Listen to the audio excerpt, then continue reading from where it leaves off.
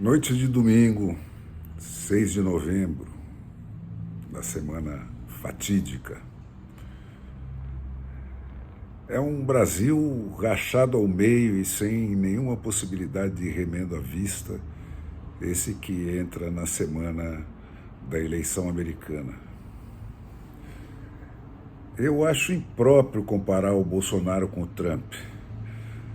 O fenômeno que engendrou os dois, que é a desonestidade radical, completa, absoluta e abjeta dos contra, é o mesmo. Os dois são o resultado da disputa entre nojeiras em que a política se transformou depois do rompimento da censura, que garantiu por mais de um século a hegemonia que a esquerda manteve no Ocidente inteiro, excluídos os Estados Unidos, ao longo do século XX. Os dois nasceram como candidatos viáveis e um deles agora ameaça ressuscitar, porque a nojeira dos contra é muito maior que os defeitos deles. Por isso é esse Ocidente inteiro que reage a quem ameaça essa hegemonia. É o barco deles todos que o fim da censura, proporcionado pela internet, encheu de furos. Mas o Bolsonaro é muito menos deletério que o Trump. Eu tenho me treinado a vida inteira para desconfiar do meu próprio discernimento. Quando eu remo contra a maré, como está acontecendo de novo nesse momento, eu ponho os meus instintos em xeque. Eu contenho as minhas reações alérgicas aos personagens mais tóxicos desse cenário.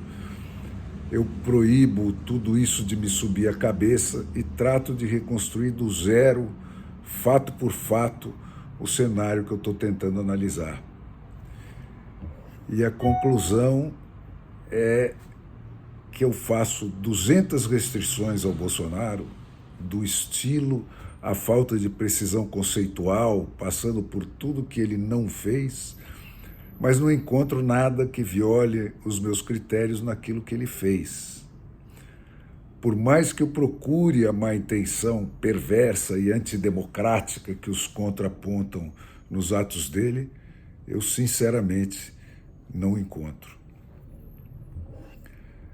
Já no comportamento do Trump, aquele bilionário picareta, arrogante no último, sempre surfando falências suspeitas e envolvido com a alta bandidagem internacional, nesse sim eu vejo claramente o dolo. Mas no do Bolsonaro eu encontro despreparo, eu encontro grosseria, eu encontro falta de acabamento, mas nada de muito mais do que isso.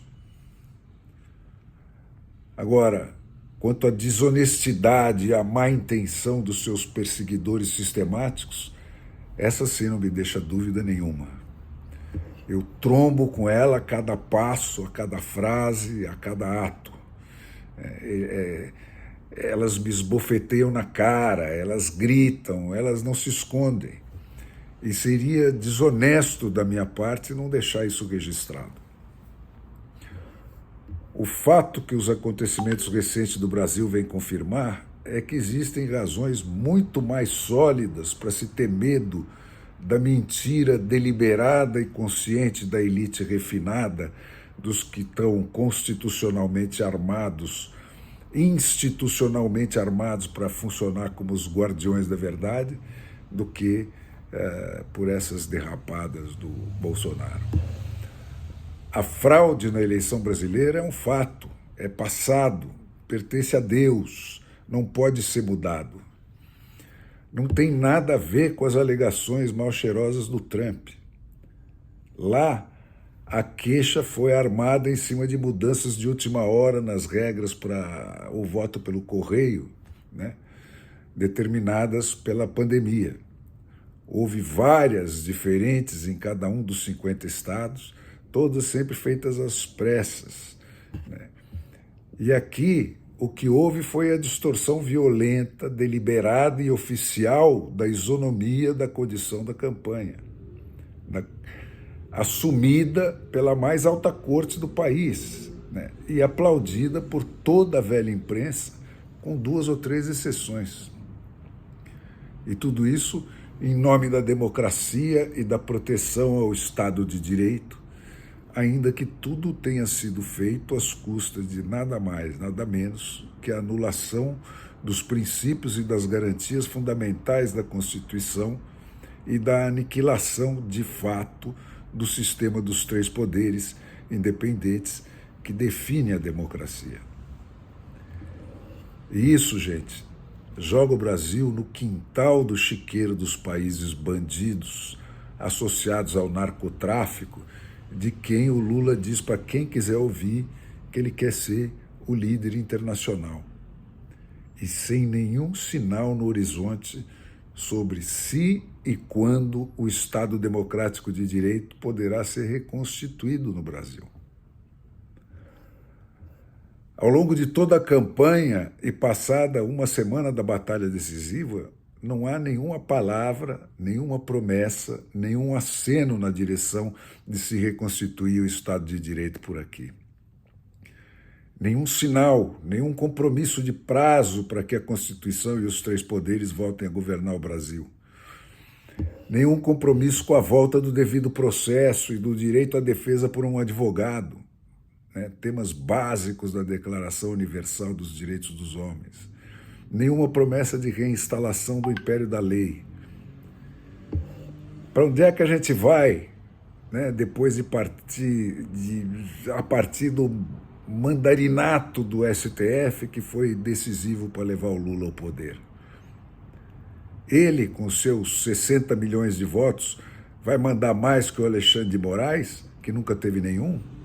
Ou vai seguir aceitando prazos de 48 horas para explicar cada uma das suas frases, cada um dos seus atos, como tem sido obrigado a fazer o presidente de 58 milhões de votos?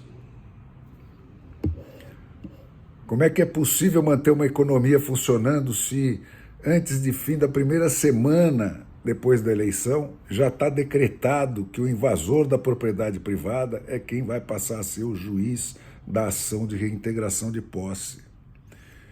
Se já está decretado que não são mais os acionistas, são os funcionários das estatais que passam a fazer jus aos seus dividendos, que não é mais um banco central independente que zela pelo valor da moeda que remunera o trabalho de cada um de nós, né, que deve prevalecer a conta de chegar para dar ao povo picanha com cerveja. Gente, se não tiver havido fraude adicional nenhuma nas máquinas de votar, o que é altamente duvidoso, pois eles mantiveram essas máquinas obsessivamente inauditáveis e pondo de lado a primeira e maior de todas as fraudes, que foi a transposição monocrática do Lula da cadeia para a candidatura presidencial, que abriu esse jogo sujo.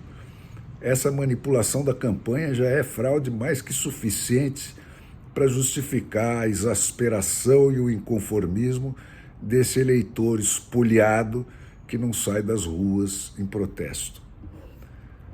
Não tem nada de antidemocrático neles. Essa é a única manifestação de saúde cívica que o país manifesta nesse seu atual estado de coma. Eles venceram, mas não convenceram.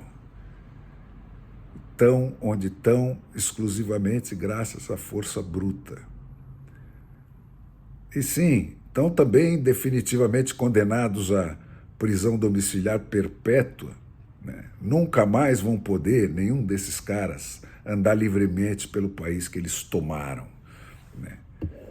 Mas permanecer em vigília na porta dos quartéis, pedindo intervenção militar, também não restabelece o império da lei no Brasil. Nós estamos num beco sem saída. Na dúvida, de volta ao básico, diz o ditado.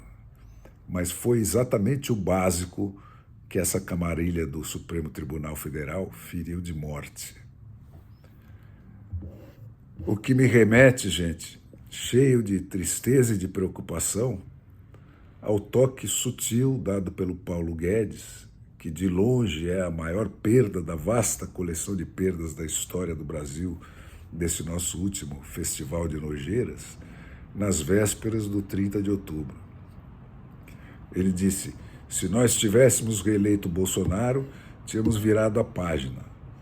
O Lula ia passar o resto da velhice em Trancoso com a Janja, entre os mais chiques dos seus cabos eleitorais e o resto dos bilionários nacionais e estrangeiros que hoje frequentam aquele antigo reduto hippie, né, fazendo o devido sucesso como o bicho de estimação exotique da intelectualidade europeia, né, e o Bolsonaro cumpriria o seu último mandato e o Brasil estaria pronto para finalmente, com 250 anos de atraso, começar a discutir democracia de verdade. Elegendo Lula, nós nos condenamos, ou fomos condenados, a ter o Bolsonaro de volta em 2026, como está o Trump ameaçando voltar no ano que daqui a 2 anos. Né? E com isso, nós voltamos a ser o Brasil do brejo, aquele que tem sempre o passado pela frente.